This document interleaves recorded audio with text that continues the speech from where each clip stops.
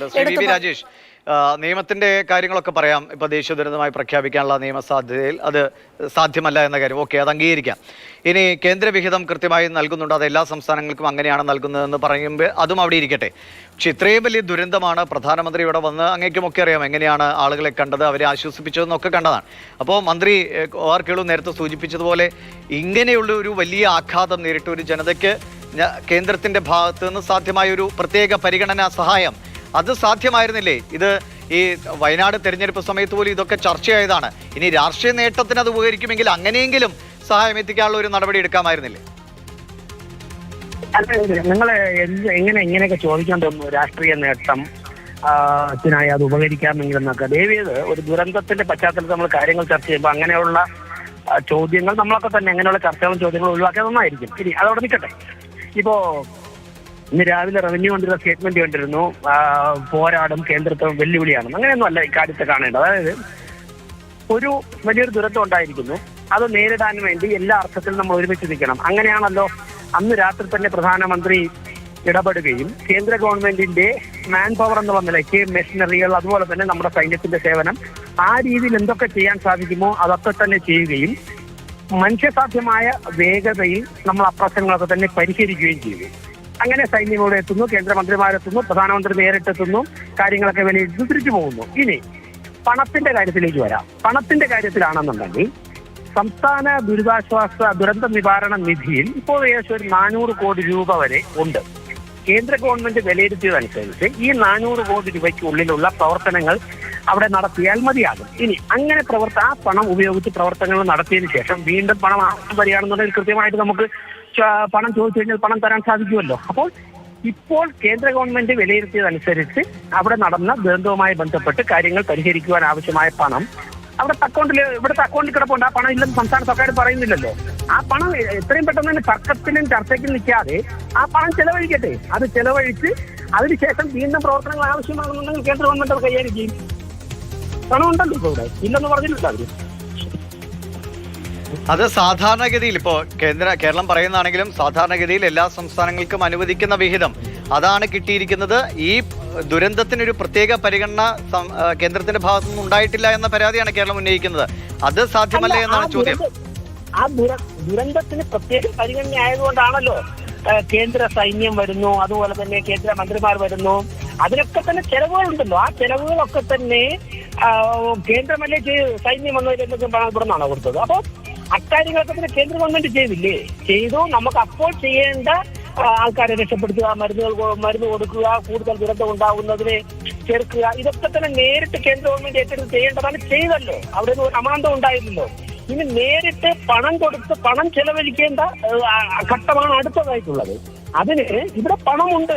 ഇവിടെ ഒരു 400 കോടി രൂപ ഇവിടെ കിടക്കില്ല. ആ 400 കോടി രൂപയുടെ മുകളിൽ അടയിരിക്കാതെ അതെടുത്ത് ആൾക്കാർക്ക് കൊടുക്കട്ടെ. കൊടുത്തിട്ടും പ്രശ്നങ്ങൾ പരിഹരിച്ചില്ലെങ്കിൽ അതിന്റെയൊക്കെ കണക്ക് ബോധിപ്പിച്ച് നമുക്ക് വീണ്ടും ചോദിക്കാം. ശ്രീ വി വി രാജേഷ്, ഇപ്പോ ഹോം അഫയേഴ്സ് മിനിസ്ട്രി വ്യക്തമാക്കുന്ന ഒരു കണക്ക് പ്രകാരം 5858 കോടി രൂപയാണ് 14 ഫ്ലഡ് അഫക്റ്റഡ് സ്റ്റേറ്റ്സിനായി കൈമാറിയത്. അത് മഹാരാഷ്ട്ര അടക്കമുള്ള ആളുകൾക്ക് വലിയ തോതിൽ പണം കിട്ടിയിട്ടുണ്ട്. 1492 കോടി രൂപയാണ്. നമുക്കും സമാനമായ വിഹിതം തന്നെയാണ് കിട്ടുന്നത്. ഓക്കെ, ശരി. പക്ഷേ ഈ ദുരന്തത്തെ പരിഗണിച്ച് പ്രത്യേകമായിട്ട് നമുക്കറിയാലോ, അങ്ങേക്കും അറിയാമോ, എല്ലാവരും അവിടെ പോയതല്ലേ, എത്ര വലിയ ചെലവുകൾ ആളുകളെ തിരിച്ചു കൊണ്ടുവരാൻ എത്ര സാധ്യമായ മനുഷ്യസാധ്യമായ എല്ലാ കാര്യങ്ങളും ഇങ്ങനെ ചെയ്തുകൊണ്ടിരിക്കുകയാണ്. അപ്പോൾ ഉടനടി പരിഹാരം എന്ന നിലയ്ക്ക് അല്ലെങ്കിൽ പുനരധിവാസത്തിന് ഉപയോഗപ്പെടാൻ കഴിയുമെന്ന നിലയ്ക്ക് ഇതിനപ്പുറത്തേക്കൊരു സഹായം നമ്മൾ അങ്ങനെയാണല്ലോ. ഇതൊരു സംസ്ഥാനങ്ങളെല്ലാം നിൽക്കുന്നു, കേന്ദ്രം അതിനെ കരുതലോടെ കണ്ട് മുന്നോട്ട് കൊണ്ടുപോകണം. ഈ വിഹിതത്തിനപ്പുറത്തേക്ക് ഞങ്ങളൊന്നും ചെയ്യില്ല എന്നൊരു പിടിവാശിക്ക് സാധ്യതയുണ്ടോ? അതിനപ്പുറത്തേക്ക് എന്തെങ്കിലും ചെയ്യാൻ കഴിയേണ്ടതല്ലേ? അതില്ലേ എന്നാണ് ഇവിടുത്തെ മന്ത്രിമാരൊക്കെ ചോദിക്കുന്നത്. അല്ല, മന്ത്രിമാരുടെ ചോദ്യമൊന്നും അല്ല ഇവിടെ പ്രസക്തം. വസ്തുതയാണ് പ്രസക്തം. ഞാൻ ചോദിക്കുന്നത്, ഞാൻ പറഞ്ഞ താങ്കൾക്ക് മനസ്സിലാവാത്തതുകൊണ്ടാണോ വീണ്ടും അതേ ചോദ്യം ചോദിക്കുന്നത്, അതോ മനസ്സിലായിട്ട് ചോദിക്കുന്നതാണോ എനിക്കറിയില്ല. ഞാൻ ഒരിക്കൽ കൂടെ പറയാം. ഇത് കേട്ട ജനങ്ങൾക്ക് മനസ്സിലായിട്ടുണ്ടെന്നാണ് എനിക്ക് തോന്നുന്നത്. താങ്കൾക്ക് എത്രത്തോളം മനസ്സിലായിട്ടല്ലേ? ഒരിക്കൽ കൂടെ പറയാം.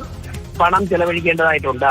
അതിനാവശ്യമായ പണം സംസ്ഥാന ദുരന്ത നിവാരണ നിധിയിൽ ഇവിടെ 400 കോടി രൂപയ്ക്കടുത്തുണ്ട്. ആ പണം എടുത്ത് ചെലവാക്കാൻ വേണ്ടി എത്രയും പെട്ടെന്ന് മുഖ്യമന്ത്രി തയ്യാറാവണം.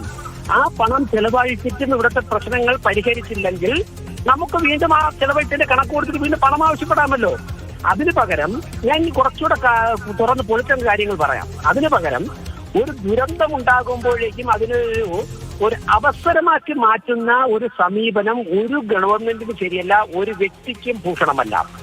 മറ്റുള്ള സംസ്ഥാനങ്ങൾ കൊടുത്ത് മറ്റുള്ള സംസ്ഥാനങ്ങൾ നമ്മൾ ചർച്ച ചെയ്യുന്ന നമ്മുടെ കാര്യമാണല്ലോ. നമുക്ക് നമ്മുടെ കാര്യം ചർച്ച ചെയ്ത് നമ്മുടെ കേരളത്തിന് തൃപ്തികരമായ രീതിയിലുള്ള ഇടപെടൽ ഉണ്ടായോ ഇല്ലയോ എന്നതാണ് ചോദ്യം. അത് ഉണ്ടായിട്ടുണ്ട്. ഇനിയും പ്രശ്നങ്ങൾ പരിഹരിക്കാൻ ആവശ്യമുള്ള കാശ് ഇവിടെ ഉണ്ട്. രേഖാമൂലം തന്നെ കാര്യങ്ങൾ പറഞ്ഞുകൊണ്ട് കത്ത് കൊടുത്തല്ലോ. ഇനി പണം ഇവിടെ ഇല്ല സംസ്ഥാന സർക്കാർ പറയട്ടെ.